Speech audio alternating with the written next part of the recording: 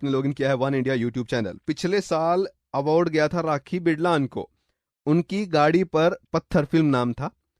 हालांकि गेंद लगी थी लेकिन बवाल हो गया था। उसके बाद बहुत सारे जो हैं प्रतिक्रियाएं आती रही, बवाल होता रहा, बीजेपी के ऑफिस पे हमला भी हुआ, आम आदमी पार्टी के गुंडे, बीजेपी के गुंडे, कांग्रेस के गुंडे, ये फिल्में आ रही हैं एक किस्म से। लेकिन अहम सवाल ये है कि जिस तरीके से इस किस्से को मोल्ड किया गया है, जो सच्चाई बाद में निकली और जो थी वाकई में, वो कहीं ना कहीं आम आदमी के लिए, जो दिल्ली का आम आदमी है, मैं पार्टी की बात नहीं कर रहा हूं, उसको नुकसान पहुंचा सकता है। भावावेश में आके वहां पर कुछ भी हो सकता है। जिस तरीके से अलका लांबा ने कहा कि मेरे सर से खून बह रहा है, क्या आम आदमी पार्टी के समर्थक उससे उत्तेजित हो जाते तो कौन इसकी भरपाई करता? दूसरी बात यह कि केजरीवाल साहब 15 लाख सीसीटीवी कैमरे लग जाएंगे तो शायद ऐसी घटनाएं भी ना होंगी, क्योंकि आप खुद एक्सपोज हो जाएंगे उसमें। इस पूरे मामले पर बात करने के लिए मेरे साथ जुड़ रहे हैं भगत सिंह क्रांति सेना के अध्यक्ष तेजेंद्र बग्गा जी। बहुत बहुत स्वागत है सर आपका शो में। Thank you so much. तो अलका लांबा ने कल एक बहुत ही अवार्ड विनिंग जो है प्रदर्शन किया था। पूरे दिन, सुबह कुछ था, शाम को कुछ था, अवार्ड पक्का उनको मिलेगा। और इससे पिछले साल भी जैसा हम बात कर ही रहे थे कि राखी बिरलान को अवार्ड मिला था, गाड़ी पे पत्थर। इस पूरे वाकये पर आपका क्या कहना है? गुंडा राज पे बीजेपी के गुंडे भी लगा लीजिए, क्योंकि वो तो इल्जाम लगाते हैं हर बात। नहीं, देखिए, पहली बार ऐसा नहीं हुआ। हम्म। ये तो संजोग था कि जिस दुकान पे आम आदमी पार्टी की विधायिका ने गुंडागर्दी की और हमला किया, और जो उनके लोगों ने तोड़फोड़ की, वहां सीसीटीवी लगा था जी। अगर वहां सीसीटीवी नहीं लगा होता तो निश्चित रूप से ये तो प्रमाणित कर दिया गया था मीडिया के चैनलों में, आम आदमी पार्टी ने की, बीजेपी ने करवाया है। बिल्कुल। और क्या ये पहली बार हुआ है? सवाल ये उठता है। राखी बिरलान ने पिछले साल, मैंने उनकी जो न्यूज थी उसको ट्वीट किया है। जी जी। पिछले साल जब मिनिस्टर बनी तो इन्होंने ये दिखाया कि मेरी गाड़ी पे पत्थरों से हमला हुआ है। बाद में पता लगा कि एक कुछ 10-12 साल का बच्चा था जो वहां पे क्रिकेट खेल रहे थे, उनकी बॉल जाके लग गई और उस बच्चे ने माफी भी मांग ली थी। लेकिन उसके बावजूद प्रेस कॉन्फ्रेंस की गई जी, और हंगामा किया गया। तो ये पहली बार थोड़ी हुआ है जी। तो ऐसे नाटक, ऐसे ड्रामे वो करते रहते हैं। जी, सबसे इंटरेस्टिंग बात जो होती है, कुछ भी अगर होता है तो अगले ही सेकंड आशुतोष का ट्वीट आ जाता है कि इसमें बीजेपी का हाथ है। ये पहली बार नहीं हुआ। जब पिछले, आप देखोगे, पिछले साल भारतीय जनता पार्टी के केंद्रीय कार्यालय पे आम आदमी पार्टी के गुंडों द्वारा हमला किया गया जी। आम आदमी पार्टी के गुंडों ने ऑफिस को तोड़ने की कोशिश की।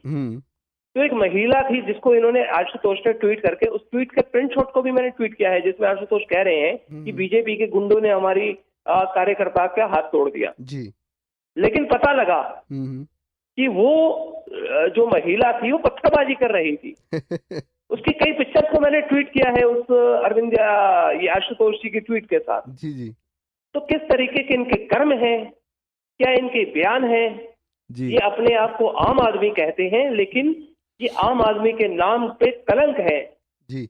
तो हमने वो सारा निश्चित रूप से जो इन्होंने ड्रामे किए, बाद में स्पष्ट होते गए जी। एक चीज और नजरिए में लाना चाहूंगा आपके, ये जो मिष्ठान भंडार था, इसके अलावा भी एक मिष्ठान भंडार है, राम मिष्ठान भंडार, जहां के लोगों ने अरविंद केजरीवाल से रिक्वेस्ट भी की है कि गुंडागर्दी बंद की जाए। वहां पर भी अलका लांबा ने धमकियां दी है कि ये दुकानें बंद करवा के रहूंगी। नहीं, वहां पे ऐसा है कि वहां पे जो मंदिर है, मंदिर के पास कई मिठाई की दुकानें जी, कि जो जहाँ पे लोग प्रसाद चढ़ाते हैं, तो वो सभी दुकानदारों ने, क्योंकि वो बात नहीं है, बात वहाँ है कि उन्होंने उस मार्केट में आके गुंडागर्दी की।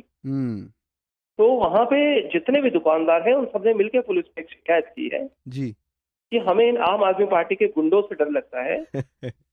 तो आप हमें प्रोटेक्शन दीजिए जी, क्योंकि जिस तरीके से अगर विधायिका खुद आके गुंडागर्दी कर सकती है, पुलिस के सामने गुंडागर्दी कर सकती है, बिल्कुल, तो अगर वो विधायिका नहीं हो तो आपके गुंडे वहां उन दुकानदार बेचारों का क्या हल कर सकते हैं जी। तो क्योंकि जो दुकानदार व्यक्ति सुबह घर निकलता है, रात को 12 बजे घर आता है, वो इसलिए नहीं आता कि उसको वहां पे जाकर लड़ना है, वो अपना पेट, अपने परिवार का पेट पालने के लिए आता है जी।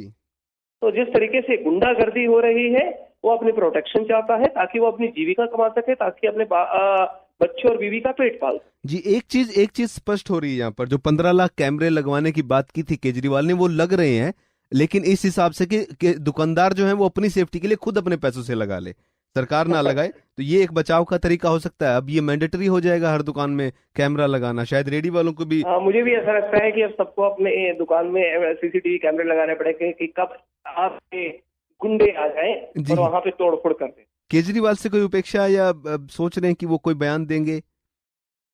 हाँ जी, केजरीवाल क्या कोई इसमें सफाई पे बयान देंगे? से नहीं देंगे, ये लिखवा के ले लीजिए। ये पहले भी बहुत बार हम बात कर और अगर चुके देंगे हैं। तो ये कहेंगे कि मुझे इस बारे में जानकारी ही नहीं है। वैसे वो proud on you Alka Lamba tweet कर चुके हैं। तो proud on you Alka Lamba कर चुके हैं, लेकिन अब देखना होगा कि वो इस पर कोई सफाई देते हैं या नहीं देते हैं। बहरहाल एक चीज तो स्पष्ट हो गई तेजिंदर जी की जो सीसीटीवी कैमरे लगाने की मुहिम है वो अब शुरू हो गई है इस एक्ट से। अपने आप लगाओ, सुरक्षा अपनी पाओ, क्योंकि केजरीवाल की तरफ से कोई सुरक्षा नहीं है और कहां पर क्या होगा ये भी कुछ पता नहीं है। बिल्कुल। चलिए जी, बहुत बहुत धन्यवाद sir. Okay, thank you so much. तो ये थे हमारे साथ भारतीय जनता पार्टी के सदस्य तेजेंद्र बग्गा और भगत सिंह क्रांति सेना के अध्यक्ष, जो कि बार बार खबरों में रहते हैं केजरीवाल को जवाब देने के लिए। उन्होंने भी बताया है कि अब बच के तो रहना होगा आम आदमी को, आम आदमी पार्टी से बच के रहना होगा। ये बड़ा एक इंटरेस्टिंग सा फैक्ट निकल कर सामने आया है। वन इंडिया पॉडकास्ट में फिलहाल इतना ही।